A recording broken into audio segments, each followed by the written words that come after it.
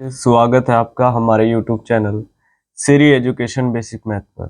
इस वीडियो में हम बात कर रहे हैं इंग्लिश ग्रामर के ऊपर और आज इंग्लिश ग्रामर में हमारे दो हेल्पिंग वर्ब के ऊपर इस वीडियो को बनाया जाएगा। आइए जानते हैं वह दो हेल्पिंग वर्ब इस वीडियो में क्या होने वाले हैं।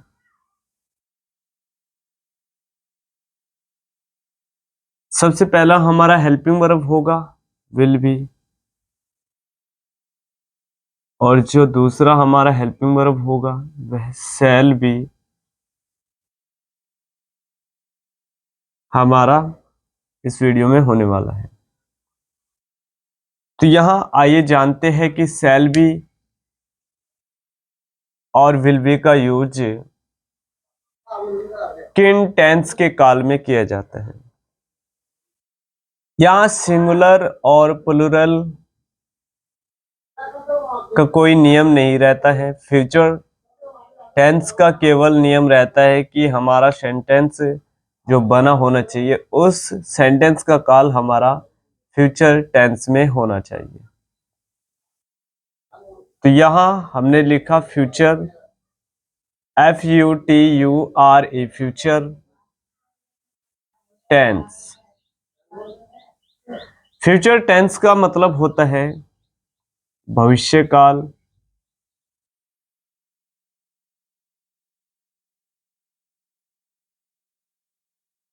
तो यहां हमारा विल बी और शैल बी का जो प्रयोग होता है वह फ्यूचर टेंस के आधार पर किया जाता है।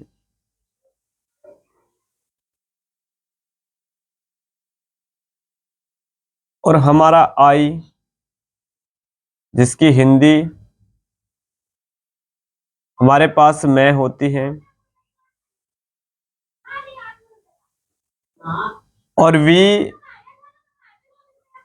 वी का मतलब हमारा होता है हम और दोनों के साथ में हमारा शैल बी का यूज होता है।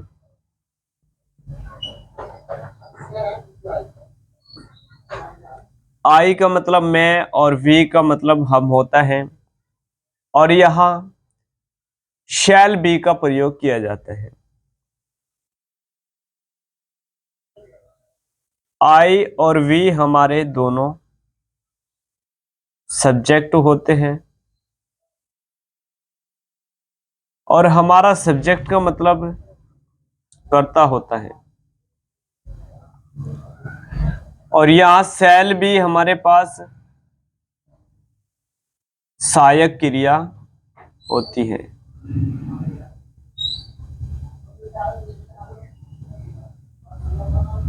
किसी भी सेंटेंस को बनाने के लिए हमारे पास कर्ता कार्य और सहायक क्रिया का होना आवश्यक होता है। तो यहां पर हमने जाना कि आई और वी के साथ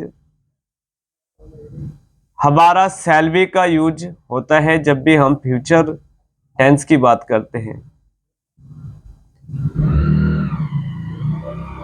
और अन्य सब्जेक्ट के साथ हमारा विल बी का प्रयोग किया जाता है।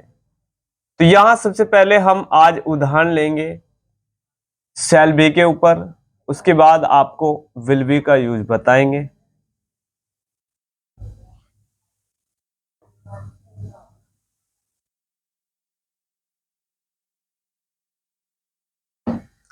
जैसे कि हमारा पहला सेंटेंस लिया जाए,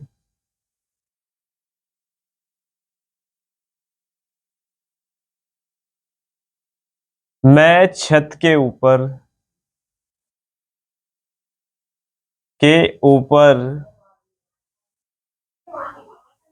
होऊंगा।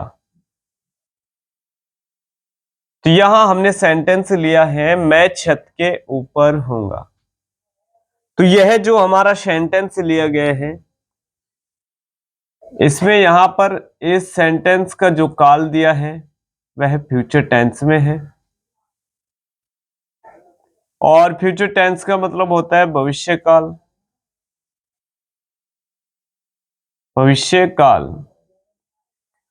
और यहां इस बात को स्वीकारा गया है कि मैं छत के ऊपर होऊंगा जब भी किसी सेंटेंस में किसी बात को स्वीकारा जाता है वह एफर्मेटिव सेंटेंस कहलाता है। AFFIRMATIVE,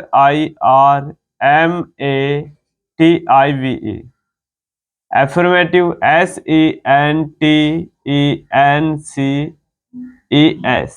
तो यहां पर एफर्मेटिव सेंटेंस का मतलब होता है स्वीकारात्मक वाक्य।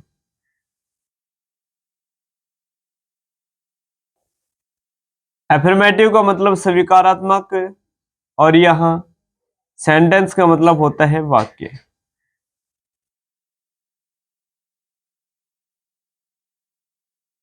और यहां जैसे ही हमारा फ्यूचर में टेंस होता है तो हमें सहायक क्रिया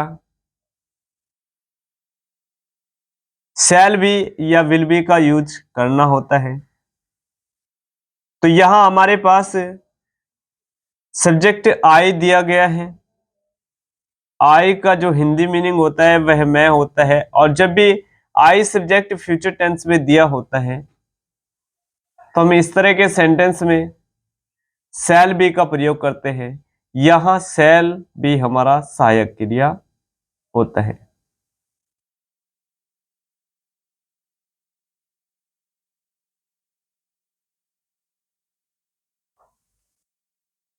और यहां पर हमारे पास लिखा है मैं छत के ऊपर हूंगा। तो छत का जो मीनिंग होता है हमारा रूफ होता है। ROOF, रूफ मैंने हमारा छत होता है। और यहां प्रीपोजिशन जो हमें यूज करना है वह हमारे पास रहेगा ऑन। ऑन का मतलब यहां ऊपर होता है। तो आइए, आप डिटेल से हमने आपको सब कुछ बता दिया है, तो आइए अब यूज करेंगे। एफर्मेटिव सेंटेंस हमें जानने से क्या मालूम होता है कि जो हम सब्जेक्ट के बाद हेल्पिंग वर्ब यूज करते हैं वह सब्जेक्ट के तुरंत बाद यूज करते हैं। तो आइए सेंटेंस को बनाते हैं। सबसे पहले मैं की जो अंग्रेजी लगाएंगे वह आई होगी, और यहां तुरंत हेल्पिंग वर्ब का यूज किया जाएगा। तो यहां लिखेंगे शैल बी, और फिर उसके बाद ऑब्जेक्ट से पहले हमारा प्रीपोजिशन आ जाएगा ऑन। फिर हमें ऑब्जेक्ट से पहले लगाना होगा द हमारा एक आर्टिकल होता है। जब हमें कोई स्थान वगैरह दिया होता है तब हम द का इस्तेमाल करते हैं स्थान की वर्ड मीनिंग से पहले।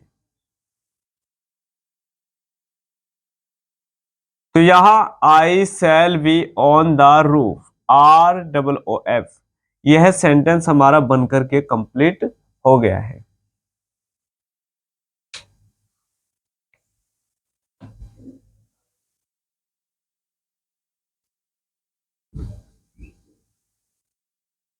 आइए जानते हैं इसी सेंटेंस का नेगेटिव सेंटेंस कैसे बनाएंगे।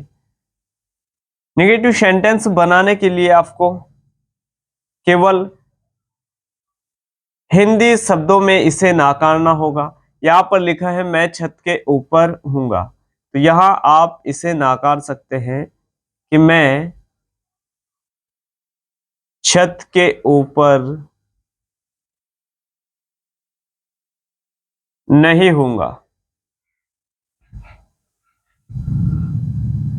तो यहां इस बात को नहीं शब्द से नाकारा गया है, और यहां नहीं शब्द की जो अंग्रेजी लगानी होती है वह NOT नोट लगानी होती है। बाकी हमारा सेंटेंस जो का तू रहेगा। और यहां जो हमारा हेल्पिंग वर्ब शैल भी लिखा है, तो नोट हमारा यहां पर शैल के तुरंत बाद करना होता है।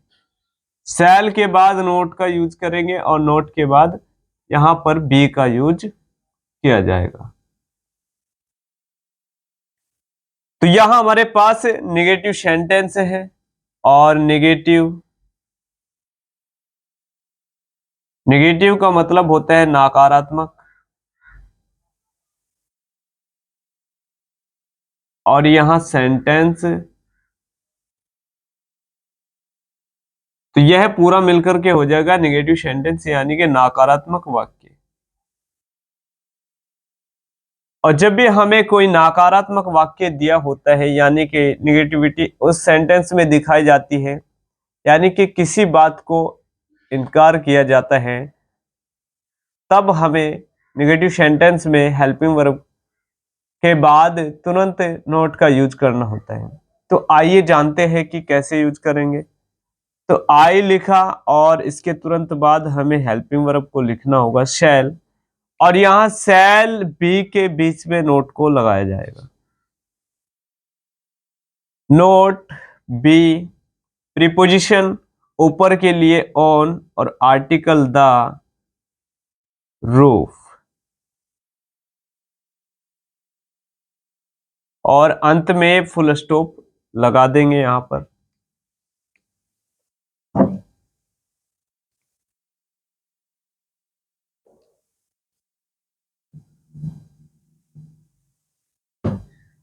अब यहां पर पहले हमने एफर्मेटिव में लिया और फिर निगेटिव में, अब यहां पर इंटेरोगेटिव में सेंटेंस को बनाएंगे। इंटेरोगेटिव का मतलब होता है इंटेरोगेटिव, इंटेरोगेटिव का जो स्पेलिंग होता है INTERROGAITIVE,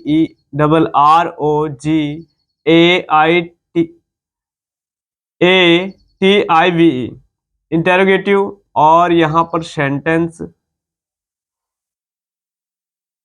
SENTENCES,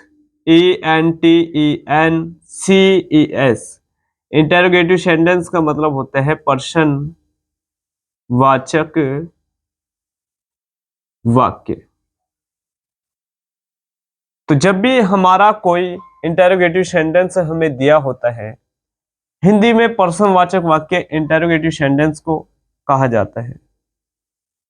तो आइए सिंपली हमें जब इंटेरोगेटिव सेंटेंस में किसी वाक्य को लिखना होता है, तो हिंदी में सबसे पहले हमें किसी भी एफर्मेटिव या निगेटिव सेंटेंस के शुरुआत में प्रारंभ में हिंदी शब्द क्या को लिखना होता है। तो यहां पर लिखेंगे क्या, और बाकी पूरा वाक्य हम एफर्मेटिव या निगेटिव दोनों में से कोई एक को लिख देंगे। तो यहां पर हम एफर्मेटिव को लिखेंगे। हमने शुरुआत में इंटरगेटिव बनाने के लिए क्या शब्द लगाया, अब लिखेंगे मैं छत के ऊपर हूंगा। क्या मैं छत के ऊपर हूंगा। तो यहां पर लगाएंगे प्रश्नवाचक, क्योंकि यहां पर हमारे पास इस सेंटेंस में पर्सन पूछा गया है।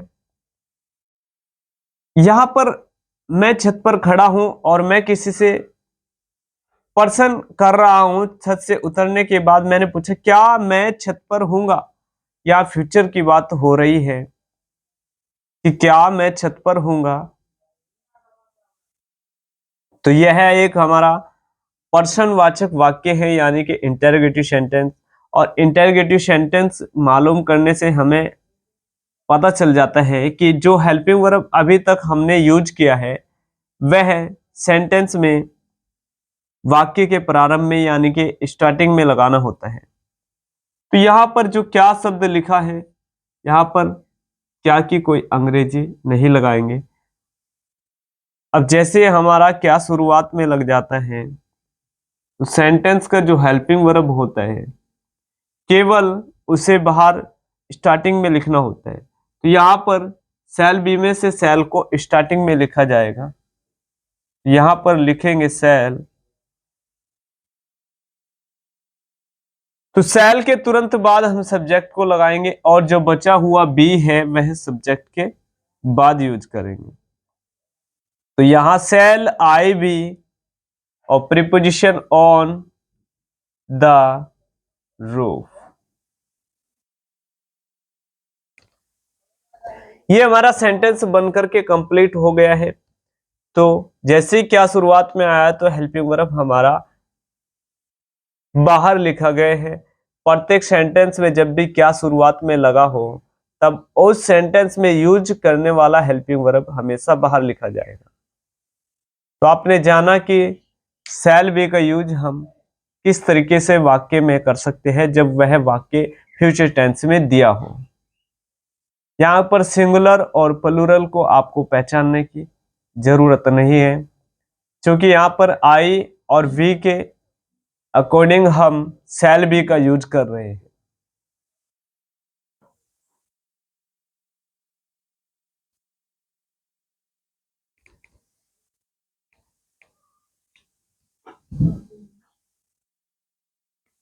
तो आइए अब जानते हैं अन्य सब्जेक्ट के साथ में हम विल बी का यूज कैसे कर सकते हैं।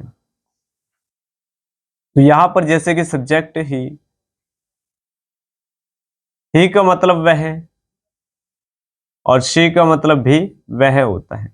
यह ही हमारा पुरुष के लिए यूज किया जाता है और सी हमारा स्त्री के लिए यूज किया जाता है। यहां पर दे का मतलब वे होता है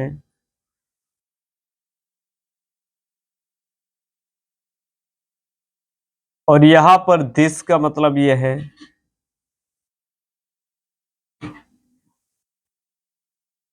और यू का मतलब तुम। यही वह सब्जेक्ट है जिनके साथ में हम विल बी का यूज करेंगे और आदि सब्जेक्ट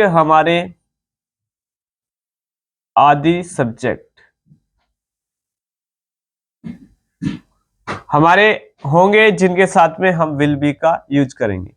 और यहां पर आई और वी को छोड़ करके जितने भी अन्य सब्जेक्ट हमारे अदर रहेंगे उनके साथ में हम विल बी का यूज करेंगे। और सब्जेक्ट का मतलब यहां पर होता है कर्ता।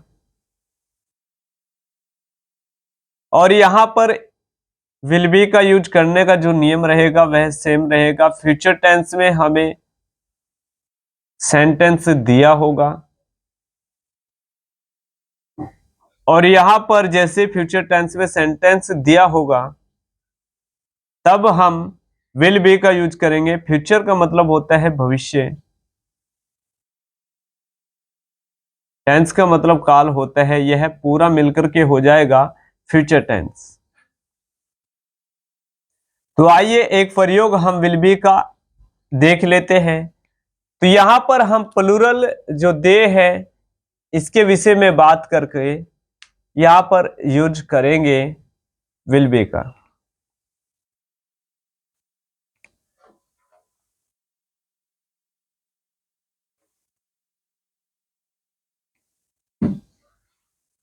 जैसे कि हम पहला सेंटेंस यहां पर लेंगे,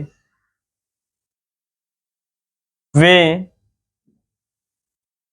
कक्षा में होंगे। यहां सेंटेंस में फ्यूचर की बात को किया गया है कि वे कक्षा में होंगे और यहां पर हमारे पास जो सेंटेंस दिया गया है वह फ्यूचर टेंस में दिया गया है और फ्यूचर टेंस का मतलब होता है भविष्य काल। जिन सेंटेंस में होगा, होगी और होंगे शब्द लिखा हो, यानी कि जिन सेंटेंस में गा, गी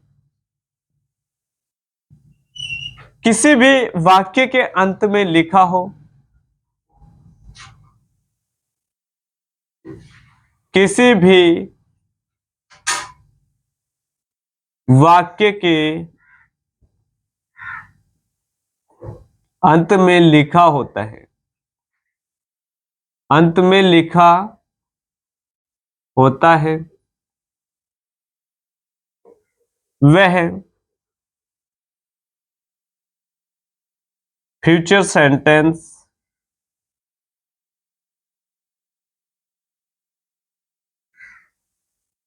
यानी कि भविष्य काल के वाक्य कहलाते हैं।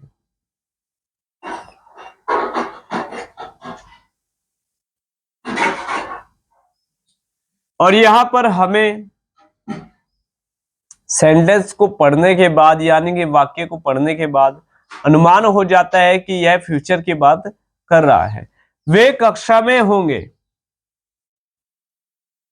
है नहीं, लेकिन फ्यूचर की बात कर रहे हैं कि वे कक्षा में होंगे। तो यहां पर वे की जो इंग्लिश लगाएंगे वह दे होगी, दे मैंने वे। और यहां सिंगुलर और प्लूरल का कोई हमारा रोल नहीं रहता है। यहां पर आई और वी को छोड़ करके अन्य जो हमारे सब्जेक्ट होते हैं उनके साथ में हम विल बी का यूज करते हैं। तो यहां पर विल बी हमारी सहायक क्रिया हो जाएगी।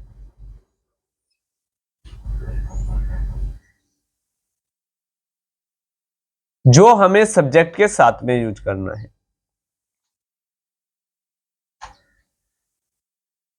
और यहां पर आई एन इन एक प्रीपोजिशन है, यानी कि प्रीपोजिशन आई एन इन का जो हिंदी मीनिंग होता है वह में होता है। किसी भी सेंटेंस में आप जब में के लिए यूज करेंगे प्रीपोजिशन, तो आई एन इन का यूज करेंगे जब आप किसी वस्तु को या किसी व्यक्ति को अंदर दिखाने की बात सेंटेंस में कर रहे हो। और यहां कक्षा का जो मीनिंग होता है,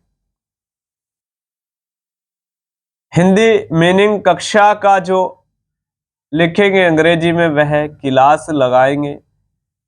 क्लास हमारा कक्षा का अर्थ होता है। आइए सेंटेंस को यूज करते हैं।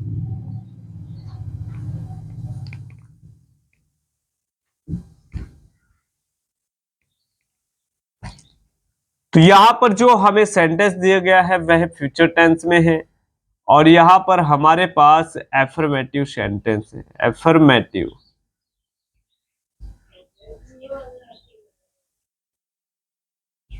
एफर्मेटिव सेंटेंस का मतलब होता है स्वीकारात्मक वाक्य। तो यहां जैसे स्वीकारात्मक वाक्य हम जान लेते हैं तब हमें पता चलता है कि सब्जेक्ट के बाद हम तुरंत हेल्पिंग वर्ब का यूज कर पाएंगे। तो हमने बताया आपको दे का जो हिंदी मीनिंग होता है वह में होता है और यहां पर क्लास का मतलब होता है कक्षा और प्रीपोजिशन आई एन इन का मतलब में और यहां विल बी हमारा हेल्पिंग वर्ब के तौर पर यूज होगा। इसका मतलब होगा यहां पर होंगे। लेकिन सब्जेक्ट सबसे पहले हमें किसी भी सेंटेंस में लिखना होता है तो यहां पर लगाएंगे दे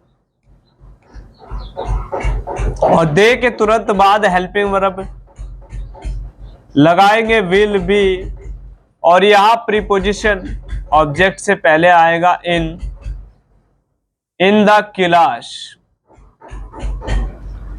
तो यह हमारा सेंटेंस बनकर के तैयार हो गया कि they will be in the class.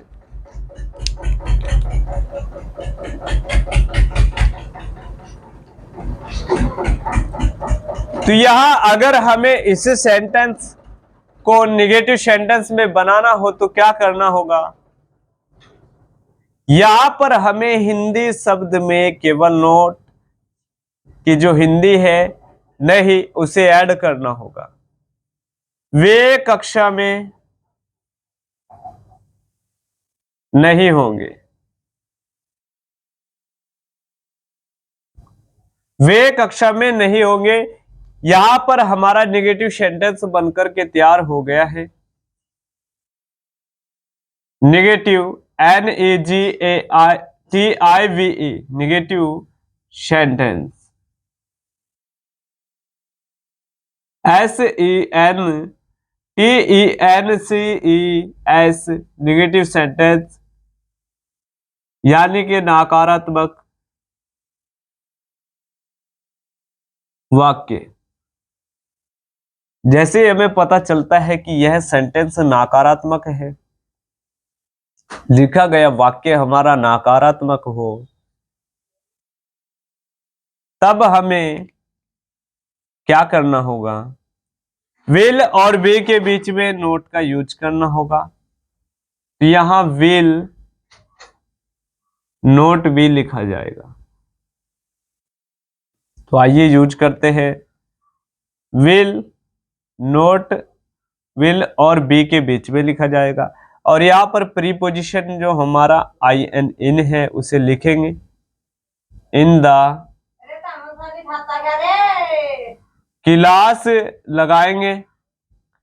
तो यहाँ इतना हमारा नेगेटिव सेंटेंस बनकर के तैयार हो गया है।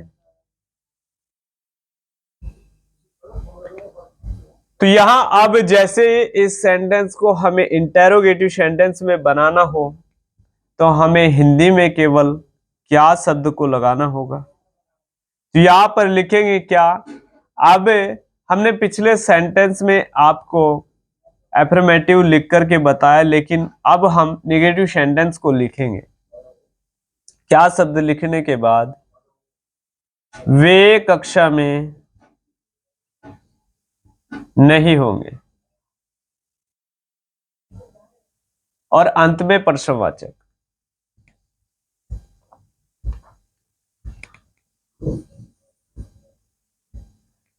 तो यहां पर हमने लिखा क्या वे कक्षा में होंगे। तो यहां पर जो हमारा सेंटेंस दिया गया है अब इंटेरोगेटिव सेंटेंस में आ गया है। यहां पर इंटेरोगेटिव सेंटेंस होता है हमारा प्रश्नवाचक वाक्य।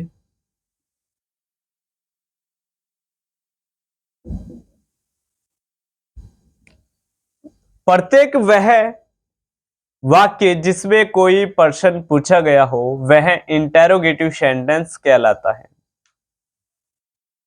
तो यहां पर प्रश्न क्या किया गया, क्या वे कक्षा में नहीं होंगे, यह हमारा प्रश्न है। और जिस सेंटेंस के शुरुआत में क्या लगा होता है तो यहां पर क्या की कोई अंग्रेजी नहीं लगाई जाती। ओनली हमें हेल्पिंग वर्ब का यूज शुरू में वाक्य के करना होता है।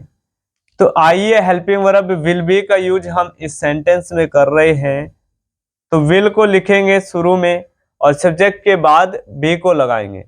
लेकिन हमारा पहले जो सब्जेक्ट हमने इस तरह से यूज किया था वह एफर्मेटिव सेंटेंस को बना करके किया था, लेकिन यहां पर सब्जेक्ट के बाद हमारा तुरंत नोट आएगा। सब्जेक्ट का मतलब होता है कर्ता। तो यहां पर जैसे ही नहीं शब्द लगा है तो यहां पर नोट के बाद बी को लगाया जाएगा। तो यहां पर लिखेंगे दे और यहां पर नहीं शब्द की जो लगाएंगे नोट अंग्रेजी, और यहां पर भी नोट के बाद यूज किया जाएगा। जब भी हमारा इंटेरोगेटिव सेंटेंस दिया हो और उसमें नहीं शब्द लगा हो तो सब्जेक्ट के बाद नोट और नोट के बाद भी का यूज करेंगे।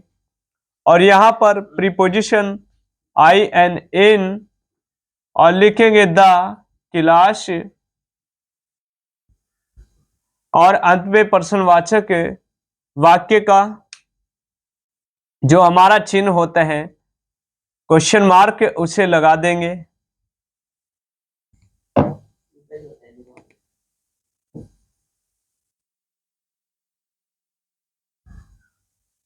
तो यहां पर क्या वे कक्षा में नहीं होंगे, यह सेंटेंस हमारा बनकर के कंप्लीट हो गया है। तो will they not be in the class, यह सेंटेंस का पूरा हमारा इंग्लिश मीनिंग होगा।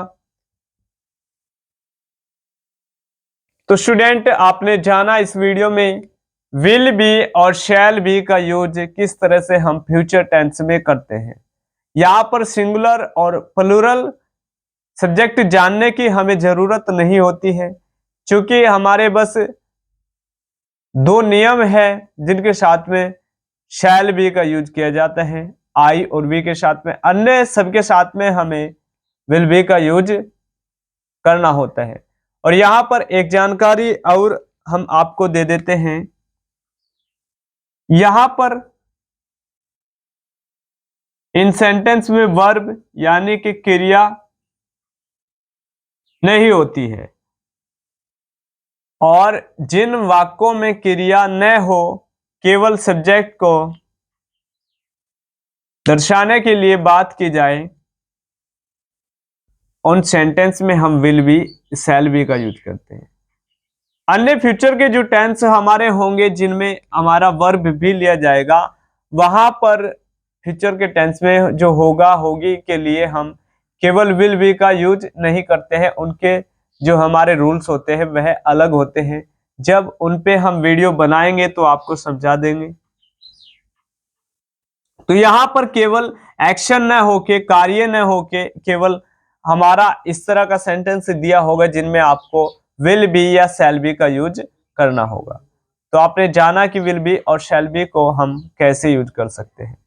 तो इस वीडियो में इतना ही स्टूडेंट, फिर मिलते हैं नेक्स्ट वीडियो में। और नेक्स्ट वीडियो हमारा पाने के लिए हमारे चैनल को कीजिएगा सब्सक्राइब, और ऐसे ही हम आपके लिए नए नए वीडियो बनाते रहेंगे और आपको अच्छे तरीके से यहाँ पर हम समझाते रहेंगे। और अगर हमारी जो वीडियो अभी तक हमने अपलोड की है, अगर आप वह वीडियो देखना चाहते हैं तो हमारे चैनल को ऑल सब्सक्राइब कीजिएगा, और वीडियो की लिस्ट में जाकर के हमारी सभी वीडियो को आप देख सकते हैं।